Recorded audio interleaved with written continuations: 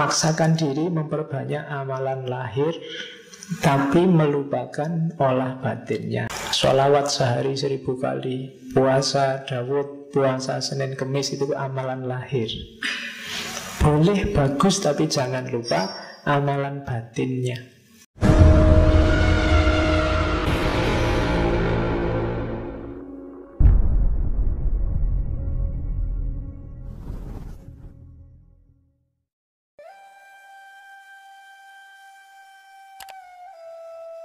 Ahli ibadah ini juga banyak yang tertipu.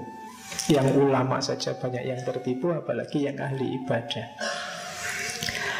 Ahli ibadah itu katanya Ghazali sering tertipu. Pertama, melalaikan hal-hal wajib, sibuk dengan yang sunnah-sunnah. Banyak di antara kita yang ini. Rasanya kalau rajin tahajud itu lebih luar biasa dibandingkan yang hanya rajin sholat 5 waktu. Padahal itu harusnya ranking, urut. Ya 5 waktu dulu baru didukung oleh tahajud. Tapi kadang-kadang menu pendukung ini lebih utama daripada menu utamanya.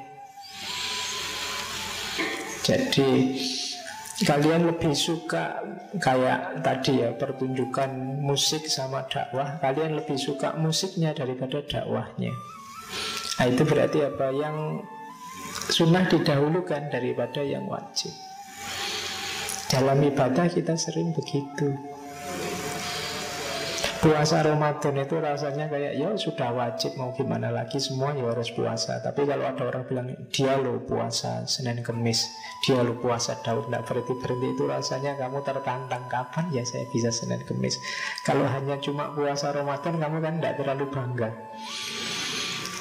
Saya lo puasa Ramadan, itu kan kelihatan biasa aja, orang Islam ya puasa Ramadan. Tapi sebenarnya banggakanlah itu, karena itu kewajiban. Tidak apa-apa. Jadi jangan sibuk dengan yang sunnah-sunnah, melupakan yang wajib-wajib. Itu yang pertama. Nanti setelah itu Imam Ghazali menjelaskan banyak tentang sholat, wudhu, dan macam-macam. Misalnya tentang sholat, Imam Ghazali menjelaskan banyak orang yang tertipu dalam sholat, termakan oleh was-wasnya setan.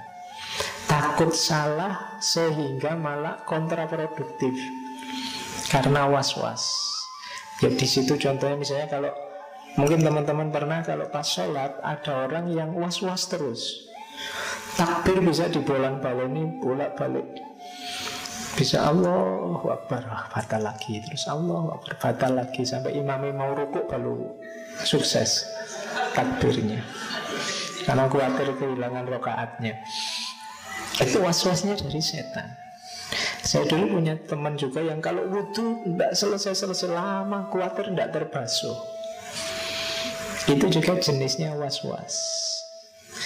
Makanya ada yang menasehatkan kalau mau sholat, bacalah surat An-Nas biar tidak was-was. Jadi was-was kita untuk, katanya Imam Ghazali di situ, was-was kita untuk tidak takbiratul ihram itu membuat kita kehilangan bacaan Fatihahnya imam. Mendengarkan Fatihah lebih wajib sebenarnya. Tapi karena was-was kita kehilangan itu. Jadi karena takut, ini doaku sudah pas apa belum ya, ini Allah, was-was terus, tidak mantep. Itu membuat sholat kita akhirnya juga tidak mantap. Dari hati yang tidak mantap akan lahir kualitas sholat yang juga tidak mantap. Hilangkanlah rasa was-was itu. Kalau tidak, kita karena takut salah terus was-was, jadinya salah semua. Itu nasihatnya Imam Ghazali. Yang kedua, ahli ibadah ada yang rajin baca Quran, lidah mereka selalu dibasahi oleh bacaan Al-Quran, tapi tidak pernah merenungkannya, tidak pernah berusaha mengamalkannya. Ini juga jenis ketertipuan. Contohnya banyak. Yang selanjutnya puasa.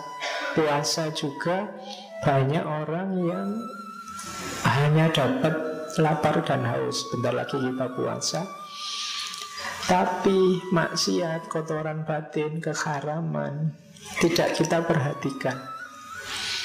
Puasa itu bagi kita prinsipnya yang penting tidak makan dan tidak minum, sah kan gitu dong. Maksiat batin tidak bersih. Kita puasa mulai sahur sampai maghrib, jangan-jangan hanya pegang HP, pegang HP terus ngantuk, terus bangun pegang HP lagi, ngantuk lagi, bangun lagi pegang HP, maghrib. Itu kualitas puasa kita akhirnya. Tidak ada upaya-upaya yang lebih berkualitas. Tidak sekedar menahan lapar dan haus. Tenang saja, nanti tidak lama lagi akan sangat banyak ceramah tentang puasa. Ya, selamat mendengarkan. Oke, ya semoga antara yang ceramah dan jamaahnya tidak tertipu kayak tadi ya. Latihan biar tidak tertipu. Oke, ahli ibadah ada juga yang haji. Hajinya sudah bahkan mungkin bolak-balik ditambahi umroh, tapi tidak meninggalkan perbuatan zalim, tidak menyelesaikan utang, tidak mencari keridhaan orang tua, tidak mencari rezeki yang halal. Itu sama saja berarti tertipu. Sama kayak para koruptor misalnya. Wah, saya ini dosanya besar nih, korupsi. Umroh nanti di sana tobat misalnya. Ayo, tidak ada nilainya. Meskipun sudah haji, sudah umroh, tapi masih zalim, masih punya tanggungan utang, orang tuanya tidak meridhoi, rezekinya tidak halal. Tidak ada logika matematika bahwa kalau saya korupsi 10 tapi kemudian ditutup dengan amal baik 1, yang 1 ini kualitasnya dilipat gandakan jadi 70, jadi masih untung 60 misalnya. Tidak ada logika itu, karena sumbernya sudah haram, tidak halal, ya tidak bisa sudah ditandingkan dengan yang baik. Itu kayak kotoran yang dilemparkan ke air jernih. Kotorannya tidak jadi hilang, tapi airnya jadi najis. Oke, terus ini contoh lagi ahli ibadah yang tertipu. Ada orang yang melakukan ibadah, contohnya adzan. Ada orang ahli adzan dan dia merasa saya adzan ini ikhlas Pak lillahi ta'ala, karena Allah. Tapi begitu ada orang lain yang ganti adzan, kayaknya dia adzan kayak gitu, kurang berkualitas. Adzan itu itu cari ikhlas, tapi ada orang lain adzan kok tidak terima. Sama kayak imam. Biasa imam, saya imam itu ikhlas, siapa saja boleh selain saya jadi imam. Tapi begitu ada orang lain imam, komentarnya tidak berhenti-berhenti. Imam kok kayak gitu, imam, ya sudah. Nah, itu dia tertipu juga sebenarnya, menunjukkan dia berpamrih, tidak ikhlas. Jadi, yaitu contohnya. Ada yang berebut jadi imam masjid supaya dijuluki hamba terbaik. Wah, ini imam ini. Oke, ada juga yang tertipu oleh tempat. Misalnya orang yang hidupnya di tanah suci Mekah atau Madinah, dan dia merasa, wah, saya ada di tanah haram, tanah suci, berarti hidupku juga suci. Nah, itu tertipu oleh tempat. Kayak takmir merasa, wah, aku hidupku di masjid terus sih, berarti ya besok langsung masuk surga karena hidup di masjid. Nah, itu termasuk yang tertipu. Terus ada yang zuhud terhadap harta tapi masih senang mencari pangkat dan kedudukan. Ini juga termasuk tertipu. Saya Pak tidak tertipu oleh harta, tapi kamu tidak sadar kamu tertipu oleh status. Kamu ingin dianggap orang soleh, ingin dianggap orang tinggi. Ada yang Kan ada ahli ibadah tertentu, ulama tertentu, diberi harta tidak mau. Wah, janganlah, nanti merusak zuhud saya. Tapi dalam hatinya sebenarnya pengen. Terus kenapa kok dia menolak? Karena status tadi targetnya untuk dapat nama baik di masyarakat. Begitu orang ngerti, wah ustadz itu zuhud sekali, dikasih honor, tidak mau loh itu. Terus tersebar kemana-mana dan dia bangga.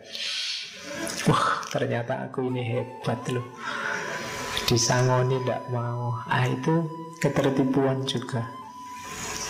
Jadi jangan salah. Kalau dalam agama kan ingin memperdengarkan atau mendengar amal baiknya itu kan namanya sum'ah. Jadi menyebut-nyebut aku atau ingin mendengar orang lain menyebutkan kebaikannya.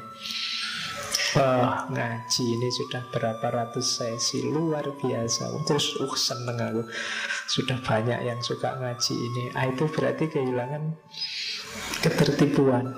Jadi kita sedang tertipu, kehilangan kualitas, kehilangan nilai baiknya. Kita nganggapnya baik, tapi sebenarnya tidak. Ada juga ahli ibadah tertipu yang memaksakan diri memperbanyak amalan lahir tapi melupakan olah batinnya. Itu tadi di depan juga sudah ada. Sholawat sehari 1000 kali, puasa Daud, puasa Senin Kemis, itu amalan lahir. Boleh, bagus, tapi jangan lupa amalan batinnya.